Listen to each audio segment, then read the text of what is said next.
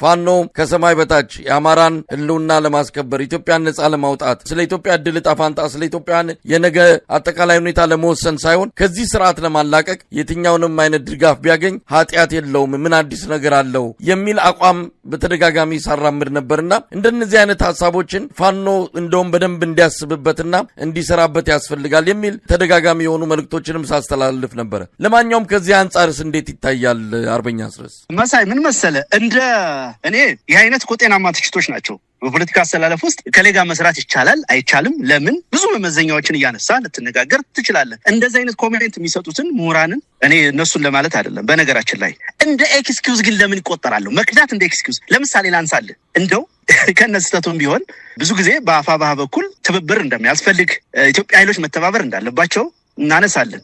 አሁን እጅ የሰጡት ሰዎች ከአፋድ መዋቅር የወጡ ናቸው። ይቅርታ እንግዲህ ለመኮነን አይደለም ድርጅቱን ይሄን እንዲያዝልኝ ይፈልጋሉ። ግን እስኪ አፋድ ውስጥ በዚህ ቋንቋ እንኳን እንደው ትብብር እንኳን ተብሎ የተነገረበት ጊዜ አለ እንዴ? የለም እኮ የአገዛዙን አጀንዳ ለመግዛትና ለማራገብ ነው። በነገራችን ላይ በጣሊያን ዘመንም ባንዳ ሆኖ የሚያገለግል እኮ አርበኞችን ወይ ጸረ ስልጣኔ ናቸው ወይ የሆነ ነገር ብሎ እኮ ያስቀምጥ ነበር። በየትኛውም ዘመን ባንዳነት ኤክስኪውዝ የሆነ መውጫ መንገድ ይፈልግለታል። በዚህ ረገድ ደግሞ ኢትዮጵያ ህዝብና ኤሊት በጣም ጥሩ እንትን ሪከርድ የለውም ብዬ ነው የማምነው እኔ። ባንዳን በመቅጣት በኩል የሆነ ኮምፕሮማይዝ የማድረግ ነገር እንዲሆንባቸው ነው እንዲህ ሊሆን ነው ብሎ የማስታረቅ መውጫ ፍለጋ ለከዳ ሰው ሜዳ ላይ ጥሎ ለሄደ ሰው በህዝብ ላይ በደም ላይ በመስዋዕትነት ላይ ለተጫወተብህ ሰው ለቀለደብህ ሰው ኤክስኪውዝ ሊበጅለት አይገባም ሚለውን ለማስገንዘብ ስለፈለኩ ነው እንጂ ጤናማ በሆነ ሁኔታ ከዚህ ኃይል ጋር መስራት ይቻላል። ከዚህ ኃይል ጋር በምን ይሰራል? ፎርዛን ማተርኛ ሞኞች አይደለንም እኮ ህይወት የምንሰጥለት ትግል እኮ ነው። ያለ በቂ ምክንያት እዚህ ትግል ውስጥ እኮ አልገባንም። ህይወት የምንሰጥለት እኮ ከዓላማ ካንተ ማንነት ካንተ መኖር በላይ ምትኖርለት ዓላማ ስላለ ነው። የዓላማ የአማራ ህዝብ አጀንዳ ነው። የአማራን ህዝብ አጀንዳ በምን ኮምፕሮማይዝ ልናደርግ አንችልም። አንዳንዶቹ በየዋህነት ስለ ራያው ስለ ወልቃይት ሲያወሩ ሰማለሁ። ማንነኛ እኔ ማንነኝ? ወልቃይትን ፈርሜ ለሆነ ኃይል ልሰጥ የምችል እኔ ማንነኝ? በራያ ጣፋንታ ላይ ልወስን የምችል ስልጣንም እኮ የለንም። ፎርዛት ማተር እኮ ግዙፍ አጀንዳ የህዝብ አጀንዳ የህዝብ ጉዳይ እኮ ነው። በዛ ልክ ራሳችንን ማናቅ፣ በዛ ልክ ታሪካችንን ማንረዳ፣ የህዝባችንን ስሜት ማናቅ፣ ማንነታችንን ማናቅ፣ ትናንት ያለፍንበትን መንገድ ማንረዳ ሰዎች አይደለንም። የለም እኔ አንዳንዱ ነገር ዝም ብሎ ኢማጂን ተደርጎ የሚወራ ዝም ብሎ ተገምቶ የሚነገር ነገር ስለሆነ በዋናነት እኔ ፎከስ ማድረግ የፈለኩት ለባንዳነት የሚደረግ የመውጫ ፍለጋ መቆም አለበት፣ መወገዝ አለበት። አማራ እጅ የሚሰጥበት ዘመን ላይ አይደለም። ይሄንን ጦርነት ከተሸነፈ አማራ ዘላለማዊ ስብራት ውስጥ ዘላለማዊ ጥፋት ውስጥ የሚገባበት ሁኔታ ነው የሚፈጠረው። ስለዚህ አማራ የጠላቶቹን እጅ የሚጨብጥበት ዘመን እንጂ እጅ የሚሰጥበት ዘመን አይደለም። እጅ ለሚሰጥ የትኛውን ቡድንና ግለሰብ የሚደረግ ማሽሞንሞን የሚደረግ ኤክስኪውዝ እጅጉን አደገኛ እንደሆነ ለማስገንዘብ ነው እንደው ቀድም ሰፋ አድርጌ ሄድኩበት። እንግዲህ አርበኛ አስረስ እንደው የአማራ ትግል ያበቃ የፋኖ ጉዳይ ያከተማ አድርገው በብልጽግናው መንደር በእነዚህ ሰዎች መክዳትና እነሱ ጋር መምጣት ያንን ተከትሎ ጮቤ ሲረግጡ ነበረ። ቸበርቻቸው ልዩ ነበረ። በቃ ፋኖ ቀኑ ጨለመበት ጀንበሩ ጠለቀ ብለው በድፍረት አደባባይ እስከመናገርም የደረሱ አሉና ይሄ በጣም አስቂኝም ብቻ ሳይሆን የሰዎቹ አርቆ አለማሰብ ደጋፊዎቻቸውን ለማስደሰት በዚህ ደረጃ አደባባይ ላይ ያለን ነገር ሽምጥጥ አድርጎ የመካድና ሌላ ነገር አስመስሎ የማቅረቡ ነገር ትዝብት ላይ ወዲያውኑ ነው የጣላቸው። ምክንያቱም በየአቅጣጫው የአማራ ፋኖ ውጊያዎች ናቸው ሲካሄዱ የነበሩት። እንደውም የበለጠ ተጠናክረው የቀጠሉበት በሁለቱ ድርጅቶችም መሃል የሚደረገው ንግግር እየተጠናከረ መምጣቱን የሚያሳዩ ነገሮችን ነው እያየን ያለ ነው። እንደው ምን ለውጥ አመጣ? አንዳች ነገር ሊያመጣ የሚችለው ነገር አለ? ወደፊትስ? አንድ ጽሑፍንም ስላነበብኩ ነው ይህንን የምጠቅሰው። ይሄ ከግለሰብ ኪስ የወጣ ትግል ነው። የአማራ ህዝብ ባለቤት የሆነበት ትግል ነው። ከዚህ በኋላ አንድ ግለሰብ ሄደ መጣ ቀረ በሚል የሚሰናክል ነገር የለውምና ከዚህ አንጻር ምን የመጣ ነገር አለን? በቀጣይስ ሌሎች ተመሳሳይ ክህደቶችን ብናይ ትግሉ እነሱ እንደሚሉት የሚቆም ነው ወይ? አገዛዙ ለእንደነኛ አይነት ጉዳዮች ያው ማታለል ነው። ሞደስ ኦፐራንዲ ይታወቃል። የብልጽግና ማጭበርበር መዋሸት ነው። ከዛ ባሻገር ያው የተወሰነ ኃይል የተወሰነ ሰው አንድም ሁለትም ሶስትም አራትም በርካታ ሚሊዮን በጀት በጅቷል። በነገር ላይ አሁን የአብይ አህመድ ጀነራሎች የዛ አመራሮች ጭምር ውጊያ ከማቀድ በላይ ትልቁን ጊዜያቸውን የሚያጠፉት ለፋኖ ሰራዊት ስልክ በመደወል ነው፣ ለማስከዳት ስራዬ ብለው እንደ ትልቅ ስትራቴጂ ይዘውታል። በዚህ የተወሰነ ሰው አስቀድሞም እንግዲህ ዓላማው ስንነት ያለበት ፈሪ የሆነ ራሱን የሚያስቀድም ትግሉን ያልተረዳ ብዙ አይነት ሰው አለ። የመላእክት ስብስብ አይደለም የፋኖ ሰራዊት፣ የብዙ አይነት ሰዎች ስብስብ ነው። ከዚሁ ከማህበረሰቡ መካከል የወጣ ታጋይ ነው። ከዚህ በመካከል የማይጸና ይኖራል፣ አንድም ሁለትም ሶስትም። እንደዚህ አይነት ነገር መፈጠራቸውን የሚዲያ የበላይነት ስላለው አገዛዙ እነሱን ካፒታላይዝ በማድረግ ነገሮችን ሌላ መልክ በማስያዝ የሆነ ነገር ያለ ለማስመሰል እንደው ጦርነቱ ሁሉ የተጠናቀቀ በሚያስመስል የሰላም አየር ፈነጠቀ ሁሉ እያሉ ሲያነሱ ነበር። እሱ ብቻ አይደለም። በነገራችን ላይ ከዚህ በኋላ ያለውን ለጥቂት ጫካ የቀሩ ጽንፈኞች በሚል ሁሉ እንዲጠራ አቅጣጫ እንደተሰጠ ሰምቻለሁ።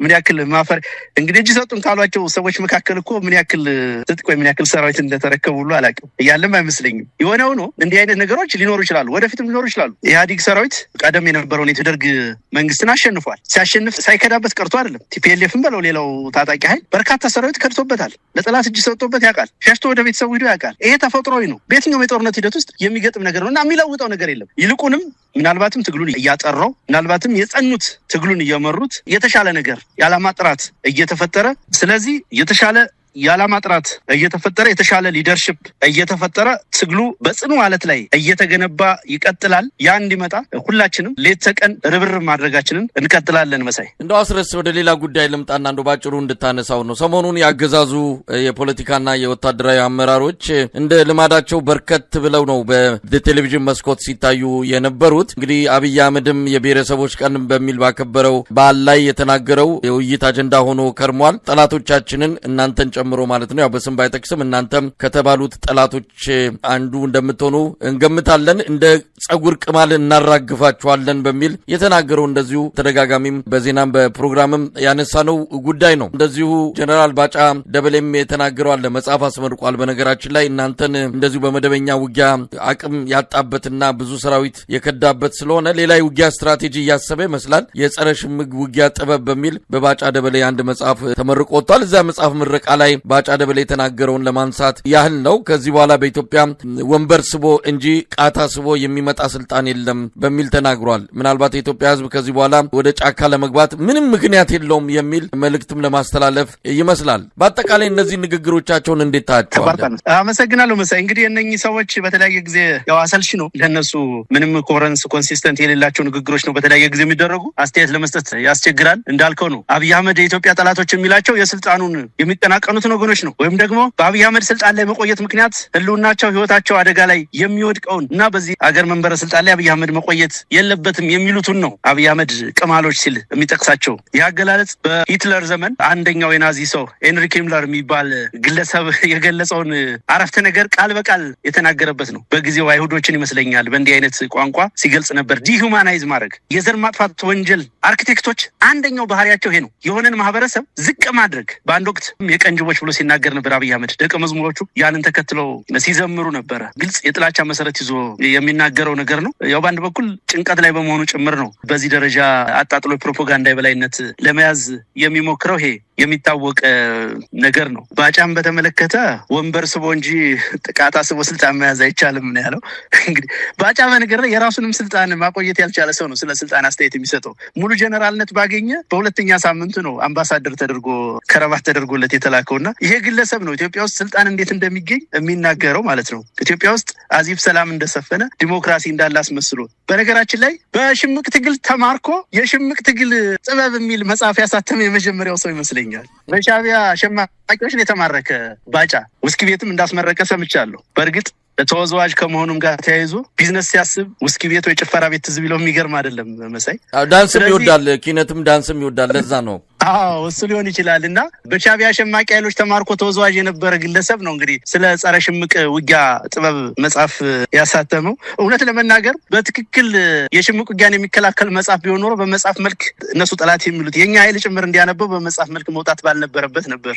ይልቁንም የመከላከያ ሚሊተሪ ዶክትሪን ወይ ስትራቴጂ ውስጥ የውጊያ ስልት ውስጥ ሊገባ ይችል የነበረ ነገር ነው። እና ዞሮ እነኚህ ያው በአንድም በሌላ መንገድ ኢቨንት በማዘጋጀት ገንዘብ የሚዘርፉ ሆዳሞች ስለሆኑ ነው ይህንን የሚያነሱት። በሌሎች ሀገሮች በባጫ እድሜ ዘመን በባጫ ኤክስፒሪየንስ ያሉ በጀነራልነት ማረግ ያሉ ሰዎች የህዝብ ጉዳይ አሳስቧቸው የባለስልጣናት መባለግ አሳስቧቸው መፈንቅለ መንግስት የሚፈጽሙ ተደራድረውም ሌሎች የህዝብ ጥያቄዎችን የሚያስመልሱ ናቸው። እነኚህ ግን ያው ለአገዛዙ ከማሸርገድ ያለፈ ነገር የላቸውም ማለት ነው። የዚህ የአባዱላ ንግግር ሳስብ አንድ ነገር አስታውስኩኝ። ነጋሶ ጊዳዳ የሆነ ወቅት ላይ ዳንድ የሚል ያሳተመው መጽሐፍ ነበርና ምን ይላል እዛ መጽሐፍ ላይ ለ10 ዓመታት የኦህዴድ ሊቀመንበር ሁኜ ከቆየው በኋላ ይላል አንድ ወቅት መለስ ዜናውን አገኘሁትና በረንዳ ላይ ቆመን ከስብሰባ መልስ ለመሆኑ አብዮታዊ ዲሞክራሲ ምንድነው እስኪ አስረዳኝ ስለው ሰለሞን ጢሞን ጠይቀው እስኪ አለኝ ይላል። ሰለሞን ጢሞ ማለት ኦህዴድን ያደራጀው የህወሓት ሰው ነው እንግዲህ የትግል ስሙ ነው በጊዜውና አስበው 10 ዓመት ስራ አስፈጻሚ ሆኖ የኦህዴድ ሊቀመንበር ሆኖ የሆነ አካል ሆኖ ያንን ሁሉ መተንተን ማለት ትናንትና አባዱላ ምንድነው ያለው? ነገሩ እንዴት እንደተገለባበጠ አይገባኝም።